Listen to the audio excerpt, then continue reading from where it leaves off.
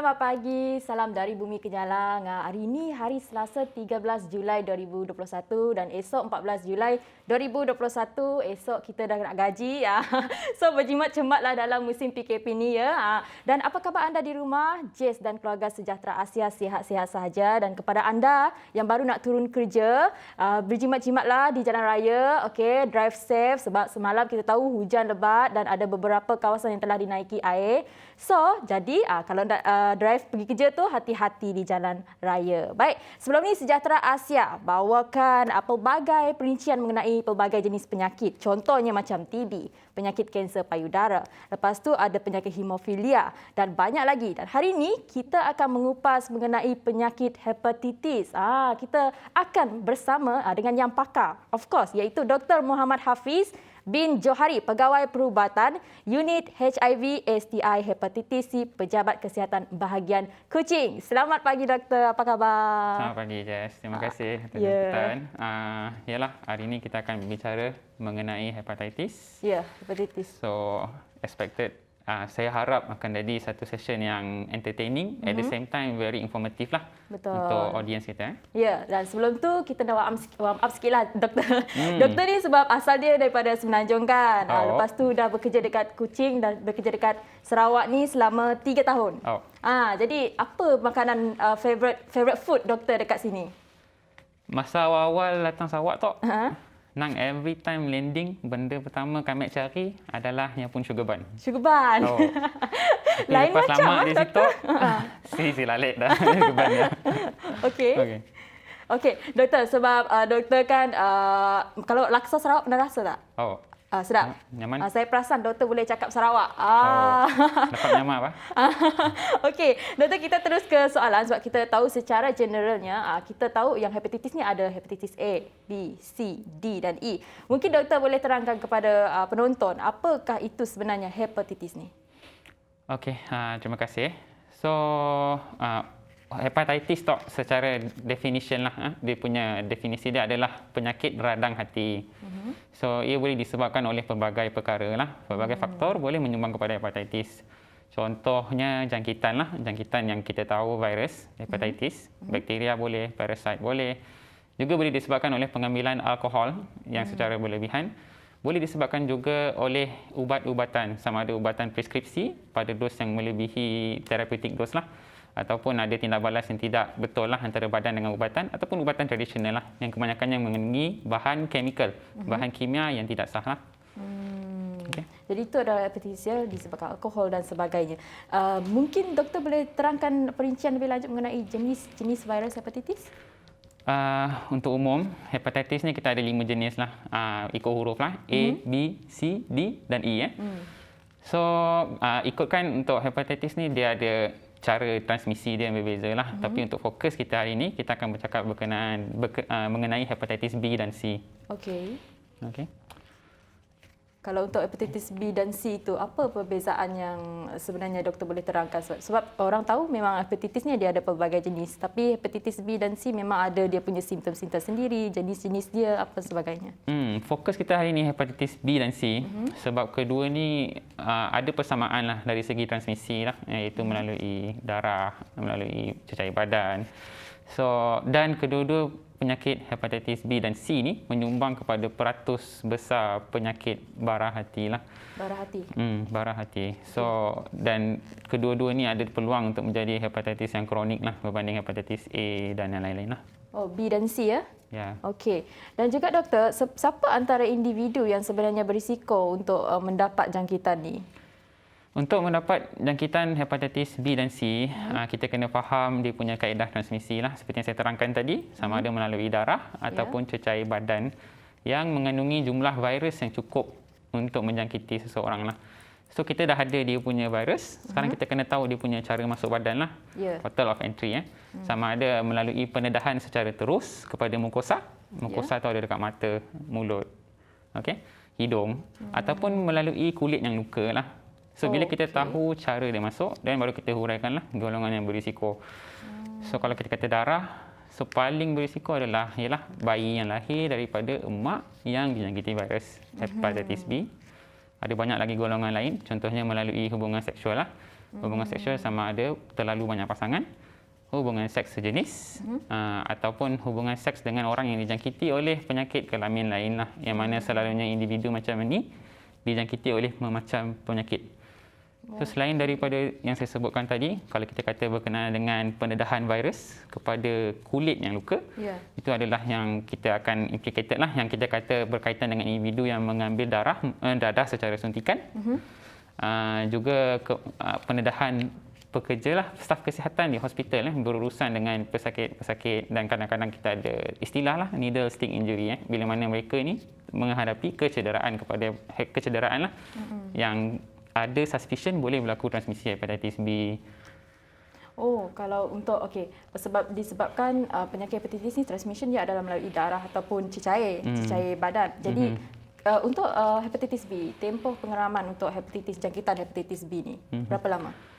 So, untuk hepatitis B ni, tempoh pengeraman ni ialah kita akan kira daripada tempoh jangkitan kepada tempoh mula gejala lah. So, untuk hepatitis B, minimum 2 bulan hingga 5 bulan. Maksimum ialah 2 hingga 5 bulan lah. Tapi selalunya pada bulan ketiga, orang mula menunjukkan gejala lah. Tapi untuk hepatitis, dia bukan penyakit yang dia boleh diubat sehingga kan boleh membawa kepada kronik, tapi dia boleh dicegah dahulu, betul? Ya, cara terbaik adalah pencegahan lah.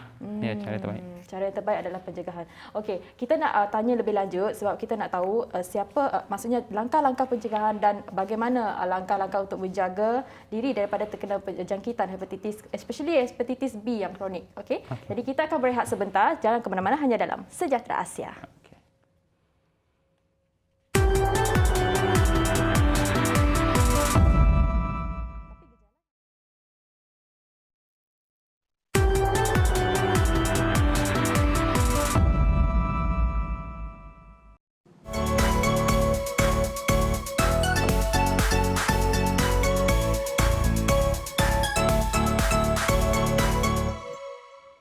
Baik, kita masih lagi bersama dengan Dr. Muhammad Hafiz bin Johari, Pegawai Perubatan Unit HIV, STI ataupun Hepatitis C, Pejabat Kesihatan Bahagian Kuching. Tadi kita dah bincangkan mengenai dia punya simptom, gejala dan sebagainya.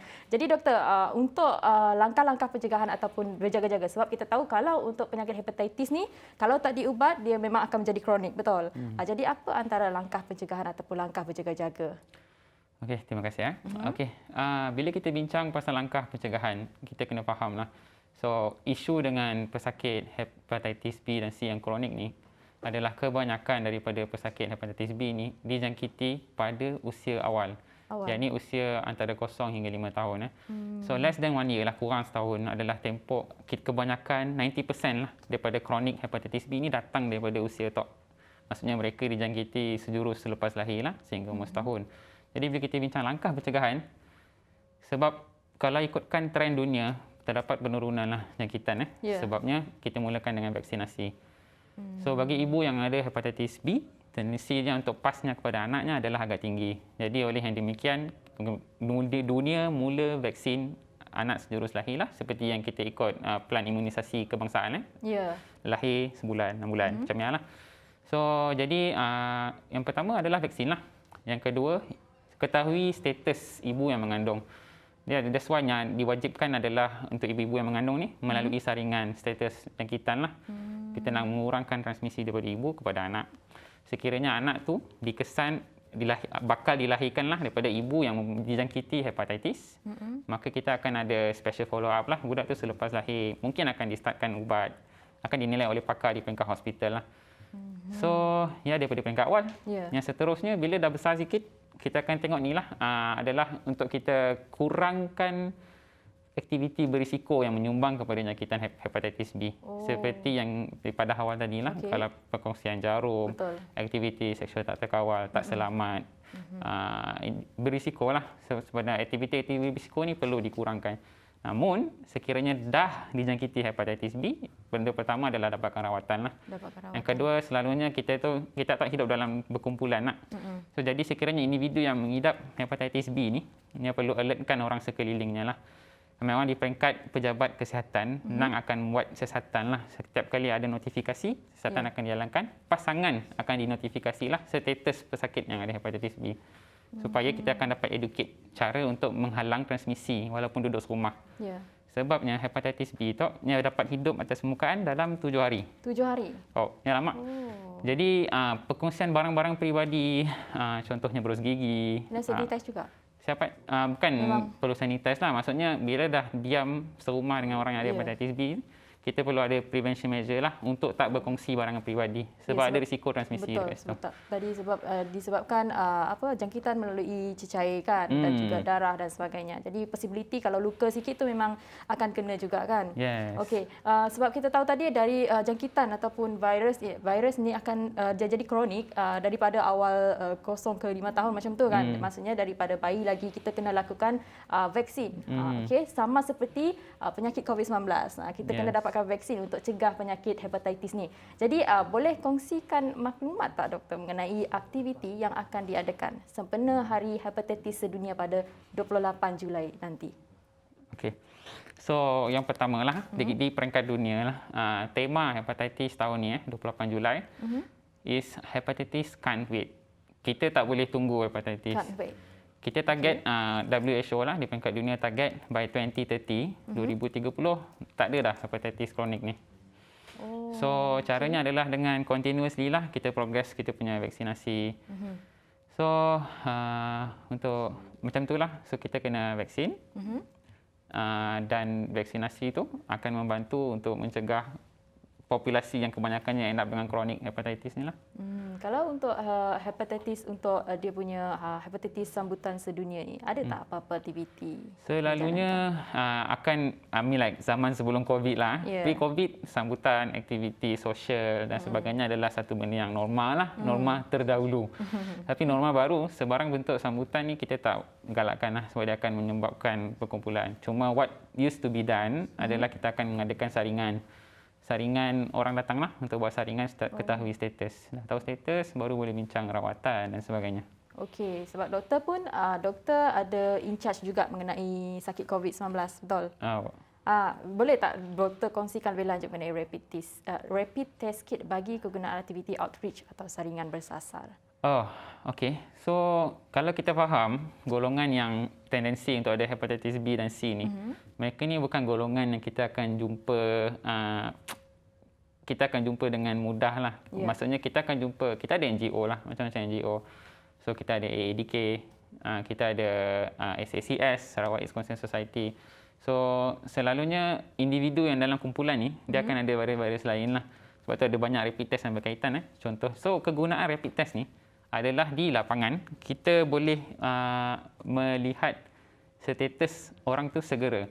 Kalau kita bayangkan situasi klinik, kita ambil darah, encik datang lagi 2 minggu, kita akan tengok keputusan. So chances, peluang untuk orang yang muncul semula untuk ketahui result itu adalah satu benda yang kita macam gamble lah pada ketika itu.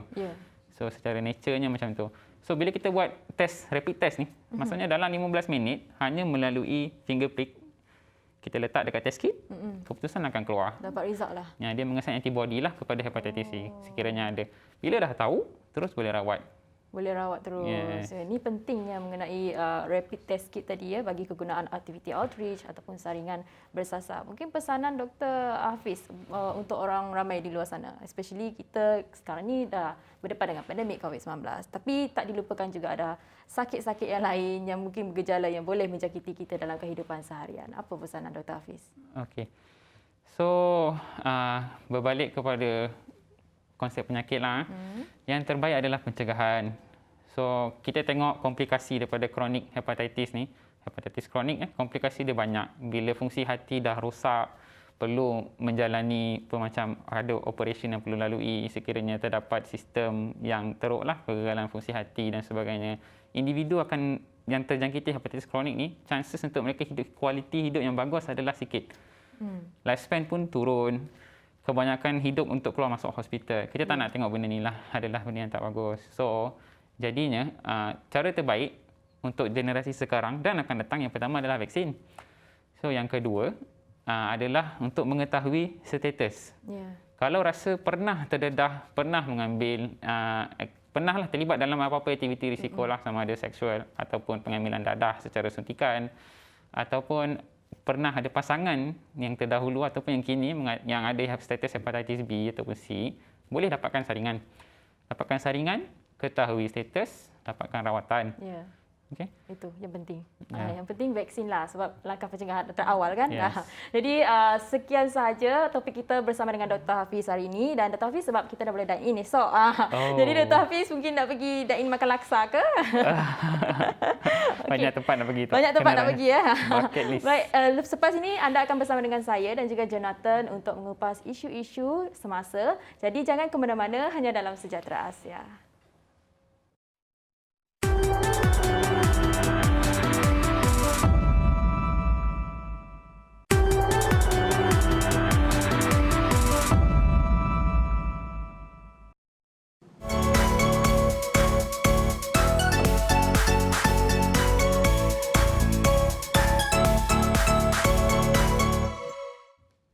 Selamat pagi dan salam sejahtera. Berjumpa lagi kita dalam Sejahtera Asia. Anda bersama dengan saya, Jonathan Ding dan Jessica John. Tadi pun Jess dah pun bersama dengan tetamu kita, iaitu Dr. Muhammad Hafiz, iaitu Pegawai Perubatan Unit HIV, SCI, Hepatitis C, Pejabat Kesihatan Bahagian Kuching. Jadi terima kasihlah kita nak ucapkan kepada tetamu kita kerana banyak kongsian yang beliau kongsikan tadi, dan juga sempena dengan Hari Hepatitis Sedunia 28 Julai ini. Betul. Dan itulah WHO nak mencapai hepatitis kronik ini tak ada pada menjelang tahun 2030.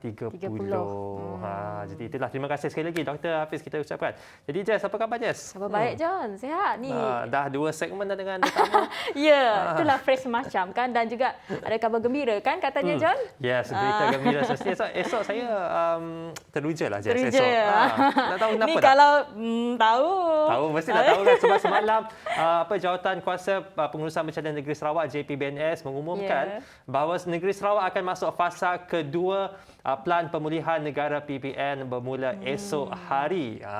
Jadi esok kita dah boleh mula dine in dekat kedai makan. Itu yang paling penting tu. Itu yang paling penting. Sebab kita rindu nak makan. Jadi inilah kalau kita dapat lihat dekat skrin, inilah antara aktiviti-aktiviti yang boleh dan tidak dibenar dilakukan. Jadi untuk maklumat lanjut boleh saja tengok infografik ni dekat Facebook Sarawak Disaster Information ataupun dekat Instagram mereka. Jadi okey, kalau Jess esok pagi dah dibenarkan untuk dine in, apa makanan pertama yang mungkin Jess nak cari ataupun nak makan dekat kedai makan? Saya nak pergi makan laksa. Laksa, dah lama dah. Dah lama dah nak makan. Kalau tapau macam tak sedap juga. Betul. Sebab laksa kan, saya rasa kebanyakanlah laksa, mi golok dan sebagainya.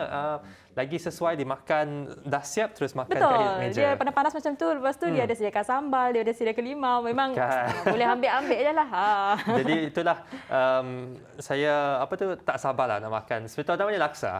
Jadi kepada anda, tapi jangan lupa juga SOP harus dipatuh. Tu haruslah John. Memang tapi yang ni kalau untuk keluar makan ni, kalau tak silap saya dilimitkan kan. Dia tengok saiz meja lah. Saiz macam meja. sebelum ni kalau meja tu boleh muat 5 orang, mungkin dihadkan kepada 2 atau 3 orang saja. Dia halfkan lah, sebab itulah penjagaan fizikal, penjarakan fizikal dan sebagainya, itu sangat penting. Tak mustahil kan John, sebab kita ada penurunan kes. Jadi kalau anda kata zero COVID-19 lagi bagus kan. Dia ada 3 indikator sebenarnya. Yang pertama penurunan kes secara keseluruhan. Yang kedua ialah merupakan sistem kesihatan dekat Sarawak ni tidaklah di tahap yang kritikal, dan kadar vaksinasi. Kalau kadar vaksinasi kita lagi cepat, kes lagi turun, lagi cepatlah fasa-fasa yang ketiga keempat akan buka tak lama saja lagi. Kita doa yang terbaiklah. Betul. Dan bercakap mengenai COVID ni, sebab kita tahu kita punya frontliners dah penat-penat kan. Jadi kita saksikan dahulu VT yang kita akan mainkan. Apa ni? Betul. Seorang legenda negara.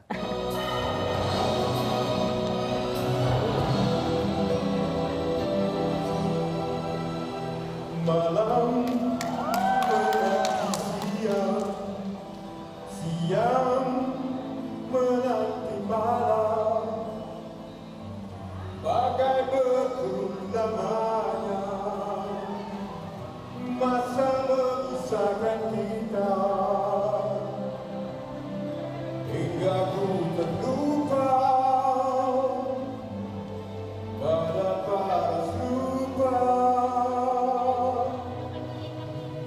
Malam mencari mimpi, siang mencari arti,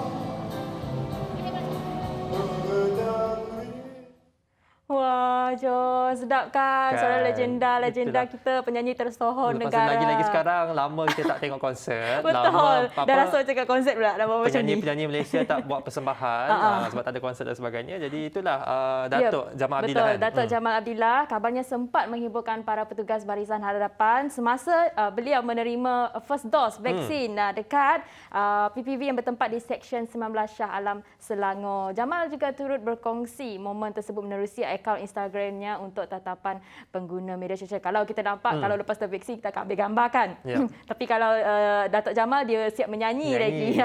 Dia siap rakam video sebab kita tahu dia boleh dia bantu untuk ringankan beban dan juga Betul. rasa penat petugas-petugas Barisan Hadapan. Jadi Jadi terutamanya dekat Semenanjung Malaysia, apabila kita lihat betul. terutama dekat Selangor Ya, lah. Selangor. Sistem kesihatan yang saya rasa sangat tenat. Tenat. Selangor dan juga Kuala Lumpur. Jadi ini bolehlah meringankan rasa mungkin stres sekejap, terutamanya Barisan Hadapan kita. Jadi terima kasih kita nak ucapkan kepada Barisan Hadapan kerana bertungkus lumus untuk menolong dan untuk menyelamatkan rakyat Malaysia. Terima kasih banyak-banyak. ya, kalau itu tadi Datuk Jamal, artis Malaysia. Kalau John kalau pernah tengok Bawang Merah Bawang Putih. Cerita drama drama Bawang Merah. sinetron Ya, Bawang dulu Merah Bawang balik Putih sekolah je dekat mesti nak Indonesia. tengok Bawang Merah Bawang Putih. John suka bawang merah ke bawang putih? Saya suka bawang merah. Okey, sebab untuk isu yang seterusnya John, kita Ya. nak kupas adalah Nia si bawang merah menyesal. Sebab apa dia menyesal? Sebab beliau dikatakan Nia Ramadhani ini merupakan salah seorang selebriti Indonesia ya yang sangat terkenal. Dan even di Malaysia sendiri orang tahu dia pernah berlakon dalam drama sinetron iaitu Bawang Merah Bawang Putih. Jadi sinetron artis ini dia terjebak dengan penagihan dadah iaitu telah ditangkap polis baru-baru ini. Jadi menerusi sidang media, Nia telah membuat permohonan maaf dan menyatakan rasa kesal dengan perbuatannya. Dia dan suami Ardi Bakri bersedia menerima apa sahaja hukuman yang ditetapkan mahkamah. Jadi maksudnya dekat sini dia mengaku silap dia John dan betul. dia akan menjalani juga John menjalani fasa-fasa Hukuman. ya betul, Ataupun pemulihan. Yang pemulihan yang telah pun ditetapkan oleh dia. Ya, dia akan jalani rawatan lah kan. Untuk dia. Ya, jadi itulah sebab ada juga video perkongsian memohon maafnya yang turut tular dekat media sosial. Saya pun ada melihatnya dan itulah kisah artis yang sangat terkenal ini di Sangat negara terkenal. jiran. Ya, saya kita. sangat-sangat minat dengan Nia Ramadhani ini. Tapi Betul. apapun, kita doakan yang baik-baik sajalah John ya. Ya, betul. Dan seterusnya, masih lagi bersama dengan kita masih di Indonesia. Ya. Sebab sekarang ni kita nak ceritakan mengenai seorang penyanyi terkenal iaitu Afgan ataupun lebih dikenali sebagai Afgan Shah Reza. Semalam beliau kongsikan dekat laman Instagram beliau yang beliau telah pun dijangkiti penyakit COVID-19. Dah pun 4 hari beliau isolasi di rumah dan beliau tengah kuarantin lah di rumah sekarang dan sempat beliau kongsikan bahawa beliau melakukan senaman ringan di rumah. Senaman ringan. Sebab ialah tengah kuarantin tak boleh keluar dan beliau syukur dia sempat kongsikanlah yang Afgan syukur dia tak ada mengalami sebarang simptom yang kronik disebabkan beliau dah pun menerima vaksin. Jadi semua dia masih stabil, keadaan yang sihat tetapi masih positif COVID-19. Jadi itu dia cakap pentingnya vaksin, ambillah vaksin secepat mungkin anda boleh ambil. Ya, kita akan ambil. Ya, jadi, kalau sesini pun dah lengkap vaksin. Jadi syukurlah. Ya, Rasa betul. selamat sikit. Betul. Macam Jess minat tak Afgan? Afgan saya minat. Siapa kata tak minat? Lagu apa nyanyi sikit? Janganlah segan. Hari tu dah kena bully Wan Alif. Hari ni nak menyanyi lagi. Ya, itulah dia tadi. Kita doakan yang baik-baik saja untuk penyanyi Afgan dan juga peminatnya supaya beliau cepat sembuh dan juga kepada seluruh siapa-siapa saja yang mungkin sedang mengalami COVID-19 dan sebagainya, cepatlah kita sembuh, boleh kita keluar balik, keluar daripada hospital, keluar dari pusat kuarantin dan kita boleh menjalani kehidupan seperti biasa. Jadi itu saja antara berita yang kami nak berita ringkas lah yang kami nak bawakan mengenai artis di Malaysia. Datuk Jamal Abdillah sudah, artis Indonesia pun sudah sekarang. Macam biasalah kita nak membawakan perkembangan COVID-19 di Malaysia dan juga di Sarawak. Baik, semalam sejumlah 8,574 jangkitan baharu COVID-19 dilaporkan di Malaysia dalam tempoh 24 jam yang lepas, menjadikan jumlah kumulatif di Malaysia kini mencecah 844,870 kes. Dan Selangor masih menjadi negeri yang merekodkan kes harian tertinggi iaitu 4,308 kes, diikuti Negeri Sembilan 794, Kuala Lumpur 609 dan Kedah 415 kes. Dan terdapat juga 102 kes kematian baharu sekaligus menjadikan kumulatif kematian ketika ini adalah 6,260 kes di Malaysia. Jadi untuk perkembangan di Sarawak pula terdapat 235 kes baharu dan untuk perincian perkembangan COVID-19 di Sarawak, Jess boleh kongsikan. Okey. Untuk Sarawak memang kita nampak ya sekali lagi menunjukkan penurunan di mana sebanyak 235 kes direportkan. Antara daerah yang penyumbang tertinggi adalah di Kuching, Lunduk, Miri, Sibu dan juga Saratok. Untuk itu, jumlah keseluruhan kes COVID-19 di Sarawak setakat Isnin adalah sebanyak 69,104 kes. Daripada jumlah kes baharu, 10 kes merupakan tahanan di Penjara Pusat Miri, 1 kes tahanan di Penjara Sri Amar dan 4 kes tahanan imigresen di Kuching. Terdapat 1 kes kematian baharu akibat jangkitan COVID-19 dilaporkan di daerah Sri Aman, iaitu melibatkan seorang wanita berusia 59 tahun yang juga merupakan penghidap darah tinggi dan juga kencing manis. Manakala untuk kluster pula, terdapat 1 kluster baharu iaitu kluster Kampung Kendai Lundu. Kluster ini merupakan kluster komuniti yang melibatkan penduduk di kampung tersebut dikatakan merebak melalui aktiviti upacara pengebumian dan sembahyang mendiang yang telah berlangsung pada 30 Jun hingga 6 Julai 2021. Jadi secara keseluruhan jumlah kluster yang aktif kekal sebanyak 100 kluster. Jadi cepat-cepatlah kita nak hapuskan kluster ni ya John ya. Dan juga pada Isnin terdapat 2 kawasan yang diletakkan di bawah Perintah Kawalan Pergerakan diperketatkan PKPD iaitu Kuartus Pekerja Ladang Estate, Sime Darby Plantation di Bintulu dan Rumah Mulok Keluar Krian Saratok. Manakala Rumah Lewis, Kampung Batu Besar di Sri Amar pula dilanjutkan dari 12 hingga 19 Julai 2021. Tapi pentingnya juga ya PKP ni sebenarnya. Yes, betul. Sebab memang nampak kesan ya dan dia memang berkesan lah. Memang berkesan kalau sesuatu tempat itu dilaksanakan PKPD, itu adalah untuk kepentingan kita bersama. Jadi kepada anda yang mungkin terlibat dalam PKPD, harap dapat memberi kerjasama yang secukupnya lah untuk pada pihak berkuasa dan sebagainya. Jadi sama-sama kita landaikan lagi lengkap COVID-19, ambil vaksin. Sarawak tengah cepat proses ataupun kadar vaksinasi dekat Sarawak ni tengah cepat. Jadi kalau dah terima temu janji dekat MySejahtera ataupun kalau belum saja terima temu janji, boleh suntik dulu, daftar kemudian. Itu strategi negeri Sarawak yang kita gunakan di sekarang. Jadi sampai di sini saja antara perincian berita yang kami nak kongsikan kepada anda. Terima kasih saya ucapkan kepada Jess yang dah pun bersama dengan anda. Selepas ini saya akan bersama dengan Cikgu Azila. Jadi kepada anak-anak murid Cikgu Azila, standby, buka buku, kertas, pen. Nanti kita catat apa yang bakal Cikgu Azila kongsikan pada pagi ini. Yap. Okey, jadi jangan ke mana-mana, hanya dalam Sejahtera Asia. Jumpa selepas ini.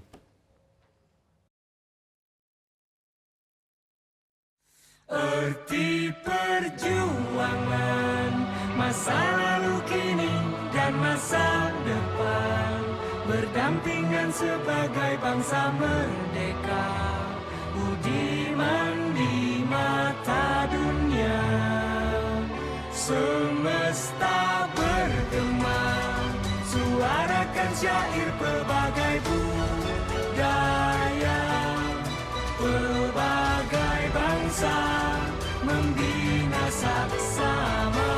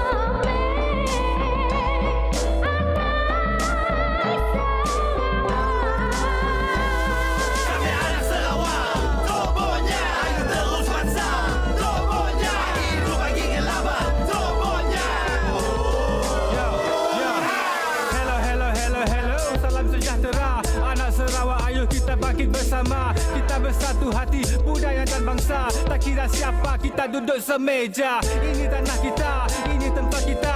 Ayo anak muda, kita terus pansang seperti kenyalang di angkasa terbang. Negeri aman damai, Sarawakku sayang.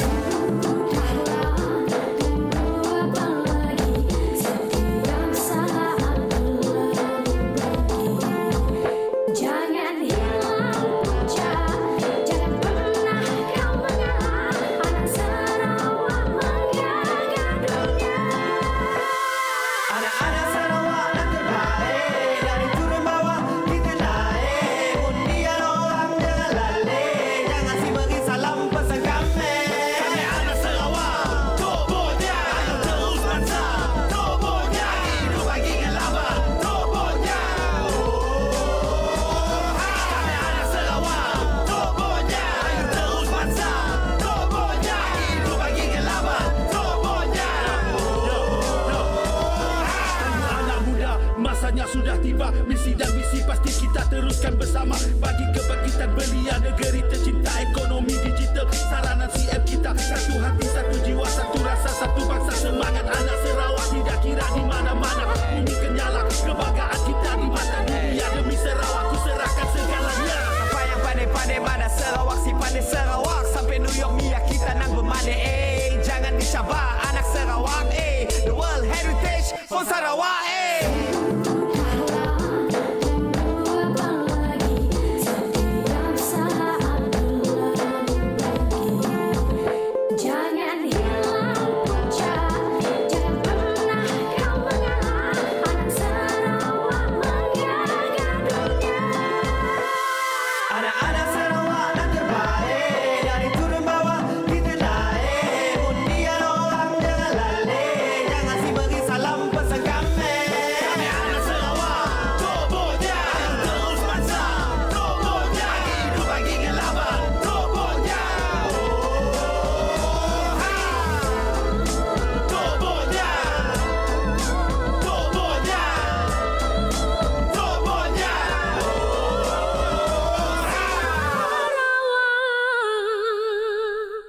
Boknya.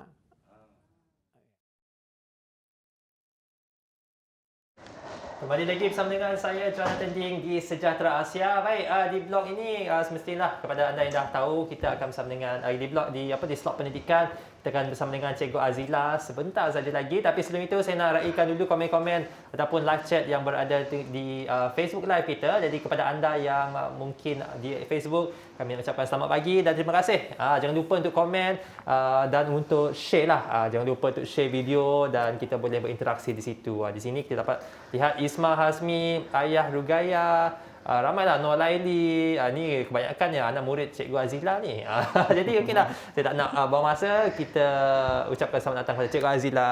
Hai Cikgu, selamat pagi. Hai, selamat pagi John. Apa khabar? Khabar baik, bagus. Alhamdulillah sehat. Bagus. Baik, jadi hari tu Cikgu apa nak diajar hari tu? Okey, hari ni yang saya nampak interaksi daripada student kita adalah interaksi daripada student sekolah rendah. Tetapi apa yang saya nak bawakan hari ini adalah algebra. Algebra. Sekolah rendah tak masuk lagi ni algebra, tetapi kita nak tengok macam mana kita nak bagi mereka belajar basic sampai pelajar sekolah rendah pun boleh faham. Okay. So dah bersedia dekat situ. Saya nampak tadi Hidayat ada, Fikriyah ada, Fikriyah ada, ramai ni. Siapa lagi? Isma Arif Hazmi ada, Nur Laili. Okey. Saya Hadi Dayan katanya dari Pulau Pinang. Jauh daripada Dayan ni. Okey. So hari ni kita nak tengok on algebra. But we are yet to cover on the critical part. Kita cuma bagi kawasan yang basic lah. Okey. So ini macam biasa saya pernah ajar ni dulu, tambah dengan tolak. Tambah dengan tolak, kita mulai dengan tambah dengan tolak lah untuk algebra. Algebra ni tambah tolak dia strict tau. Dia mesti sama baru boleh tambah atau tolak. Tak sama tak boleh tambah, tak boleh tolak. Contoh A tambah A boleh. Sebab sama. Okey. A tambah B si boleh. Kerana tak sama. Apa yang sama? Apa yang dimaksudkan dengan sama? Yang dimaksudkan dengan sama, okey, adalah dia punya huruf sama dan dia punya power tu, kuasa dia sama. Okey. Kalau A tapi satu lagi adalah A kuasa 2 tak boleh. Sebab dia huruf sama tapi dia kuasa tak sama. Contoh saya berikan contoh. Letak sini jap. 2x tambah dengan 4x. Okey, yang ini boleh atau tidak boleh? Yang dekat Facebook ni tahu ke tak ni? Cikgu, ha katanya. Apa. Selamat pagi madam. Ini saya rasa boleh. Boleh kan? Boleh. Kerana dia menepati kriteria ini tadi iaitu Hurufnya sama. menggunakan huruf X. Kuasanya sama. Kuasanya power 1 lah. Sebab dia tak ada tulis apa-apa. So ini boleh tambah seperti biasa. 6X tambah dengan 4X kita akan dapat 6X. So yang ni senanglah. Contoh lagi saya berikan contoh. Hurufnya lain pula. Sebab dalam algebra ni dia tak kisah kita nak guna huruf apa. Tetapi yang selalu digunakan dalam punya textbook, mana-manalah kita akan paling selalu guna huruf X. Second, dia selalu juga guna huruf Y. X, Y selalu. Yang lain boleh nak guna K boleh. Nak guna F boleh. Rasa best lagi nak guna Z boleh. Tak ada masalah. Tapi yang biasa digunakan X dengan Y. Contohlah saya berikan apa dia punya ni tadi, dia punya rulesnya mesti sama huruf dan sama kuasa. Saya berikan 12, letak huruf lain lah, Y. Y square, Y kuasa 2. Tambah dengan 2, Y kuasa 2. Okey, jap. Kita tengok sama ke tidak. Ini hurufnya sama menggunakan huruf Y. Dan dari segi kuasanya sama. Powernya square, power 2, kuasa 2 sama. Jadi boleh buat tambah macam biasa. 12 tambah 2 dapatlah 14. Y kuasa 2. Okey. Dia tambah macam biasa sahaja, tetapi dia punya rules adalah mesti sama. Sama huruf, sama kuasa. Yes, sama huruf, sama kuasa. Contoh, kalau saya buat soalan macam ini. 2A tambah dengan 4B. Aperture kalau macam ni. Boleh tak buat macam ni? Adik-adik ni tahu tak? Faham. Oh, kan tengok. Ni ayah Rugaya Haziq ni. Nama dia Haziq. Ini dah beri jawapan dah. Ui, terornya adik-adik kita ni. Kalau macam ni pula macam mana? 2A tambah 4B. Adakah dia jadi 6AB? Yang ini tidak. Yang ini tidak menjadi ya. Kerana dia tak ikut rules. Tambah tolak, that's why cakap dari awal tadi, tambah dengan tolak ni dia sangat strict. Dia strict dia mesti ada rule. Baru dia nak. Okey, mesti sama, huruf sama, kuasa sama. Yang ini tak perlu tengok kuasa lah. Kita tengok huruf pun dah tak sama. So tak boleh buat apa-apalah. Yang ini tadi sama huruf, sama kuasa. Ini tak sama huruf dan kuasa memang tak inilah. Okey. So tak boleh buat apa-apa. Ada yang tanya dengan saya, cikgu apa dah jawapannya? Tak ada jawapan lah. 2-4AB. 2A tambah 4B. Itu saja jawapannya. Itu jawapannya. Dia tak akan jadi apa-apa lagi yang lain. Dia tak boleh ringkaskan lagi lah. Tak boleh diringkaskan, tak boleh dipermudahkan, simplify, tidak boleh. Contoh lagi soalan kalaulah 12 Y tambah dengan 2Y kuasa 2. Okey, kalau yang macam ni kita tengok, sama dah huruf. Huruf sama kan? Huruf sama. Y sama-sama. Oh, bolehlah, tapi relax dulu. Kita nak tengok satu lagi. Kuasa. Kuasa sama tak? Ini kalau tak ada tulis apa-apa, in algebra selalu kalau tak tulis ada satu. Ini maksudnya ada satulah. Tak sama, ini 2. So tak boleh walaupun hurufnya sama. Okey. Boleh faham semua? Boleh faham? Apa ni kuasanya? Okey. Adik-adik pun dah boleh faham So kalau huruf sama sekalipun tetapi kuasa tak sama, tak boleh buat apa-apa. Jadi memang jawapannya macam tu sajalah. Macam ni sajalah. Tak boleh buat apa. Dia lain macam equation lain. Equation lain. Yang ada levelnya. Jangan advance sangat. Relax dulu, relax. Jadi basic sekali. Tambah tolak. Okey. Jadi kita berehat sebentar, cikgu. Berehat dulu. Okey. Boleh. Lepas tu ada soalan baru lagi. Jadi kita akan berehat sebentar. Jadi kepada adik-adik yang sedang menonton kita di Facebook dan sedang komen-komen ni, hangat komen ni, kita berehat sebentar. Selepas ni kita jumpa lagi hanya dalam Sejahtera Asia. Jangan ke mana-mana.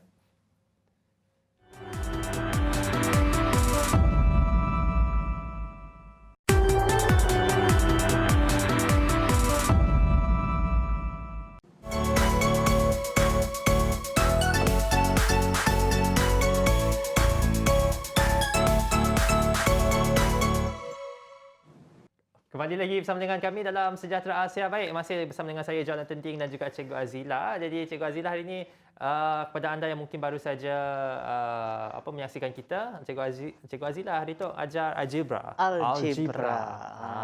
Jadi okey, Cikgu, seterusnya apa Apa yang nak dikongsikan? Okey. So macam biasa dah dalam kelas pun apabila saya mengajar saya mulakan dengan yang level paling mudah dahulu. Okey. So ni tadi mudah kan? Paling mudah sekali. And then dia tambah sikit dia punya level, lepas tu tambah sikit level. So kita nak masuk level yang lebih seterusnya. Okey. seterusnya lah. Contoh kalaulah hurufnya bukan satu sahaja huruf. Ada 2 huruf atau 3 huruf contohnya. Okey. For example, kita ambil 2xy tambah dengan 4xy. Okey. Ini pun dia masih dalam rules yang sama, iaitu mesti huruf yang sama, mesti kuasanya sama. So kita kena careful dekat sini. Tengok sama-sama X kan ada, sama-sama Y ada. So dia tak ada apa-apa kuasa, kita tak perlu tengok yang tu. So ini boleh ditambah seperti biasa, 6xy. Okey. Boleh faham ya? Ada yang saya nampak ni ada baru jawapan dah. Ada jawapan dah. Sekolah rendah pun boleh bagi jawapan ni. Terror betul, 6, 6Y. power betul ni. So, ada juga dekat sini saya tengok tadi siapa Auni ada masuk, Afiq Ryan. Okey. Sila masuk share video. Share Oh video, betul, komen. lupa nak bagi tahu dia orang. Share supaya kerana apa yang kita buat pagi ini adalah perkongsian ilmu. Betul. InsyaAllah apabila dia di-share, ramailah orang dapat nampak kan, dapat tengok kan. Okey. Now, kita pergi ke bahagian lain pula. Contoh saya bagikan contoh 12. Kita ambil AB. AB square lah. Okey. Ini pula adalah 2 AB square. Ada C pula dekat sini. Ada C. Kalau dalam kes begini, dia huruf sama. Ada, A ada. B ada, B pun ada. Kuasa pun sama. Kuasa 1, kuasa 2. Kuasa 1, kuasa 2. Tetapi dalam kes begini, dia ada something yang perasan tak apa pelik dekat sini? Kalau Ada adik-adik C. perasan, dia ada C. Ini AB, ini ABC. Sebenarnya dia tidak ukut pula.